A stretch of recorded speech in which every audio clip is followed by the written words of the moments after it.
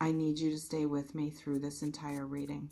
Not because the content is going to be dramatic, not because I am going to deliver something sensational or designed to frighten you, but because what I am about to say requires the full attention of the precise, discerning, genuinely careful mind that I know you have, and because the tendency in readings like this one is to hear the warning and immediately begin softening it, finding the exceptions, constructing the most generous possible interpretation of what the cards are describing.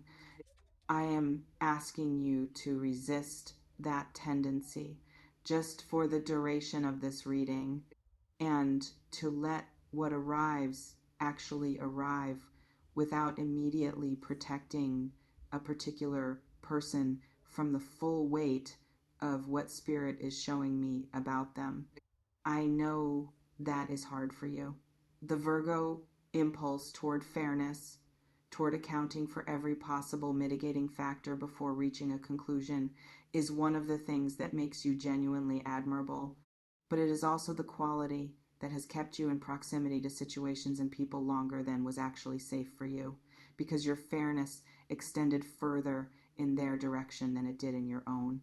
Today, I am asking you to extend some of that same fairness inward, to apply the same precise, honest evaluation to your own well-being that you habitually apply to everything else. What I am about to tell you is something you have been circling for a while now. Let it land. Let me tell you what I felt the moment this energy opened, because the first impressions were immediate and they were not comfortable. I felt something obscured, not the pleasant mystery of something not yet revealed, but the specific, slightly unsettling quality of something that is actively presenting differently from what it actually is. The sensation of a surface that does not match what is underneath it, of a presentation calibrated to be received in a particular way rather than reflecting genuine nature. I want to be clear that this is not an impression I generate casually. This quality has a distinct signature, and it was distinct here.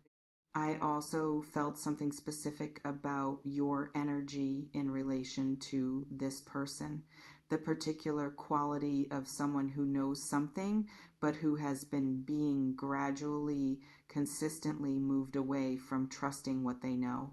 Not through argument, not through confrontation, through something more subtle and considerably more effective, a steady, patient management of your perception that has been operating for long enough that you have partly lost track of where your original clarity about this person was and how it became so complicated.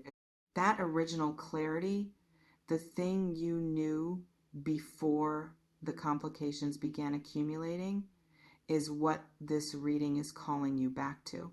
The first card in this reading anchors the entire spread, and I want to give it the full space it requires because every detail of its imagery matters for understanding what Spirit is telling you. This card shows a man seated on a throne of darkness, horns upon his head, holding an inverted torch, with two figures chained at the base of the throne, their chains loose enough to be removed, but their eyes not looking toward the exit.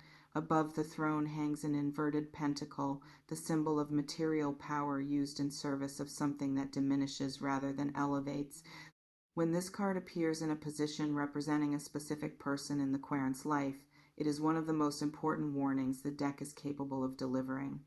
This is not a card about someone who is imperfect or who has made mistakes or who has qualities that create friction. This is a card about someone who operates through a specific mechanism: the creation of dependency, the management of perception, the gradual, deliberate erosion of another person's sense of their own reality, often through means so skillful that the person being affected is among the last to see it clearly. I want to speak to what this card typically describes in practical terms because abstraction serves nobody here. I am sensing this person is charming in a way that functions as a tool rather than simply as a personality trait. The charm is deployed with specific intention, turned on when it is useful, and modulated when it is not needed for the management of the dynamic. I am sensing there is an inconsistency between who this person is in moments when they want something from you and who they are when they do not currently need anything from you. And that inconsistency, if you sit with it honestly rather than immediately explaining it away, is one of the most important things you have been collecting evidence about without quite letting yourself call it what it is. I also want to speak to the chains in this card because they are the most specific detail and the most relevant to your situation. The chains are not locked, they are removable. The only thing keeping the figures in place is that they have been positioned gradually through the accumulation of experience inside this dynamic to not fully believe in their own ability to walk away, to have internalized through a process that was never announced the sense that the connection is more necessary than it actually is, that the cost of leaving is higher than it actually is, that whatever discomfort they feel inside the dynamic is a reasonable price for whatever the dynamic provides. I want to ask you something directly. When you imagine simply not talking to this person again, what is the first feeling that arrives? Is it relief? Is it fear? Is it both simultaneously in a way that the fear slightly but consistently overrides the relief because the specific ratio of those two feelings is information? The relief is your actual self. The fear is what the chains feel like. The second card arrived in the position I read as this person's specific strategy in relation to you, and I want to describe it carefully because it is both precise and important. This card shows a figure moving through the darkness, carrying 5 swords with a smug expression, while 2 others stand defeated in the background, their heads bowed, their swords surrendered. This is a card of someone who has taken what they wanted through means that did not involve honesty, who has constructed a version of events that serves their own position at the expense of someone else's, and who feels not guilt about this, but satisfaction. I am sensing this person has been, in relation to you, managing a narrative, not necessarily through outright lies, though that may be part of it, more often through omission, through selective disclosure, through the specific art of making you feel that the information you have is complete when it is not. There is something you do not know about this person, something they have deliberately kept from your view, not because it is private in a reasonable, boundaried way, but because its visibility would change your perception of them in a direction they cannot afford. I also want to speak to the sword suit's governing element, which is the mind, because this person operates primarily through the mind, through language, through the management of what you think and believe rather than through any more direct form of influence. This is someone who understands how to use words and framing and the deliberate construction of impressions with a skill that you, with your own considerable verbal and analytical intelligence, probably found appealing before you fully understood what it was being used for. The quality of mind this person has is real. The direction it is pointed in has not been toward your genuine well-being. Does this feel like it is describing a real person, Virgo? I want you to notice what your body is doing as you receive this reading, not just what your mind is doing with it, because the mind will generate reasonable explanations and mitigating factors and demands for more evidence. The body tends to simply know, what is your body doing right now? Let me know in the comments.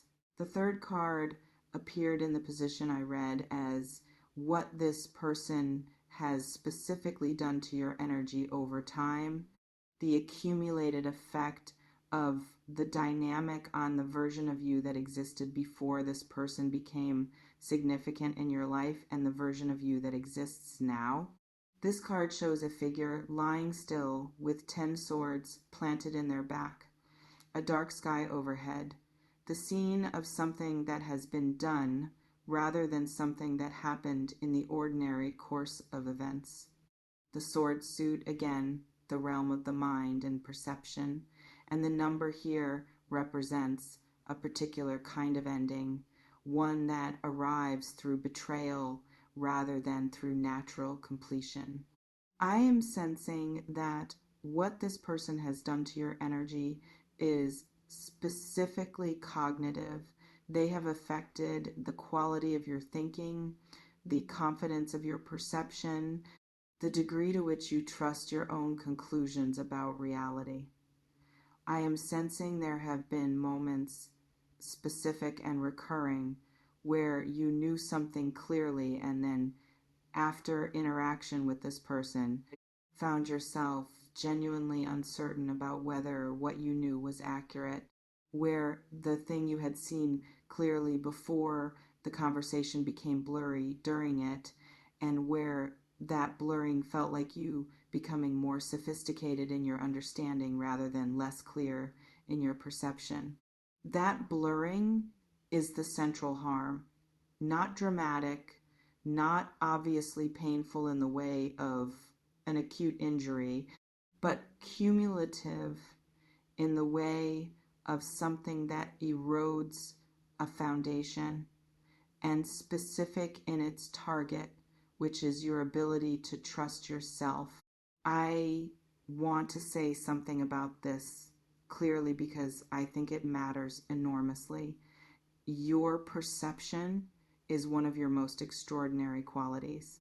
The precision with which you notice things, track inconsistencies, read what is happening beneath what is being presented is genuinely exceptional. The fact that this quality has been specifically targeted by someone whose stability depends on your not trusting it is not a coincidence. It is a recognition. Someone whose own presentation does not match their reality will always experience an accurate perceiver as a threat, and they will work in whatever ways are available to them to compromise that perception. Your perception was not compromised because it was faulty. It was targeted because it was accurate. I also want to speak to a specific pattern I am sensing in how this person tends to respond when your accurate perception gets too close to something they need you not to see clearly. I am sensing there is a particular move they make in those moments, a pivot, a reframe, a sudden introduction of your feelings or your reactions as the primary subject of examination rather than the thing your perception was examining. The conversation shifts from what you were noticing to how you are noticing it, from the accuracy of your observation to the reasonableness of your response to it. And you, with your genuine commitment to fairness, begin examining yourself instead of the original subject. This is not an accident. It is a technique. And naming it is the beginning of being able to see it for what it is when it happens rather than simply following where it leads. Inhale, Virgo, and stay with me. Because the fourth card is the one that carries the most direct, practical guidance, and I want to make sure it lands clearly. This card shows a figure standing at the edge of a cliff looking out at a dark body of water beneath a sun that is positioned behind them rather than ahead, the specific quality of someone who has been gazing at something dangerous long enough that the danger has begun to feel ordinary. Two small figures in the distant background move away in a boat, putting distance between themselves and the landscape the foreground figure is still standing in. I am sensing this card is describing your current position in relation to this person. You are still at the edge of something that has genuinely the capacity to harm you, not in a hypothetical or distant way, but in the ongoing, real-time way of someone who is still close enough to be affected. And what the card is showing me, what the boat in the background is specifically pointing toward, is the possibility of movement, of actual physical, practical distance. I want to speak to the title of this reading directly because I think vague warnings serve no one. The guidance that arrived with this card is this: every interaction with this person costs you something that you do not fully register in the moment. It costs you a small increment of your own certainty, of your confidence in your own perception, of the version of yourself that existed before this dynamic began eroding the edges of her. Each conversation, each exchange, each re-engagement with this person's reality is another opportunity for that erosion to continue. The practical guidance is distance, not because you are weak or because you cannot handle difficulty. Because you are intelligent enough to recognize when a situation is extracting more than it is giving, and because the extraction in this case is from the most essential thing you have, which is your relationship to your own clear knowing. Distance is not drama. Distance is not retaliation. Distance is simply the act of moving the target out of range. You do not owe this person access to you. You do not owe anyone the ongoing availability of your energy and your perception, particularly not someone who has been using both in directions that do not serve your genuine well-being. I want to address something about the specific difficulty of following this guidance for you, because I think being honest about it is more useful than simply delivering it as though it were straightforward. Virgo will resist this. Not because you are naive or because you are attached in a simple way, but because your sense of fairness is genuine and deep, and because something in you will continue to generate the question of whether you are being too harsh, whether you are missing something that would make the full picture more charitable, whether you owe this person the benefit of a doubt that this reading seems to be withdrawing. I want to speak to that impulse with real honesty. The question of whether you are being too harsh is a legitimate question. It is the right question to ask. And the answer the cards are giving today, unambiguously, is no. What I am describing in this reading is not the harsh interpretation of an ambiguous situation. It is the accurate interpretation of a situation that has been specifically constructed to appear ambiguous when it is not.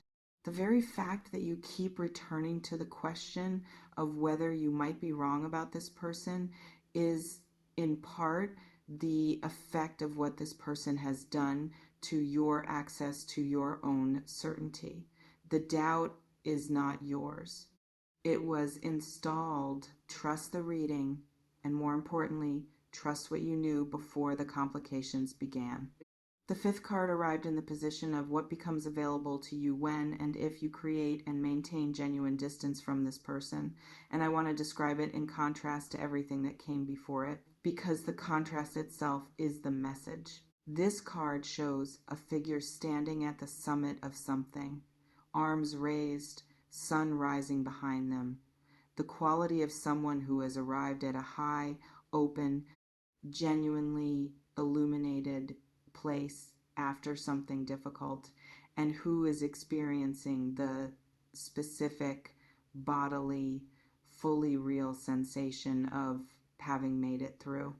The wands in this card belong to the fire element, to passion and movement and the energy of things finally flowing in the direction they were always meant to flow.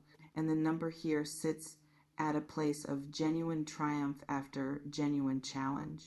What I am sensing this card is describing for you is a return to yourself.